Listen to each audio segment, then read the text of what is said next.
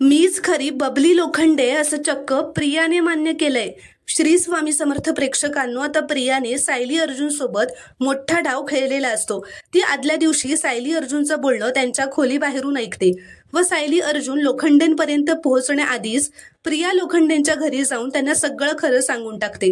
ती त्यांना सांगते की मीच खरी बबली लोखंडे, मी तुमची खरी मुलगी आहे, ती सायली तुमची मुलगी नाहीच आहे।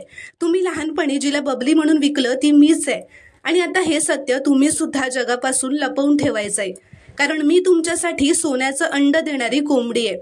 तुम्ही जर का हे सत्य अर्जुन सायलीला सांगितलं तर अर्जुन तुम्हाला जेलमध्ये पाठवेल आणि मला सुद्धा घराबाहेर काढेल, त्यामुळे तोंड बंद ठेवायचं।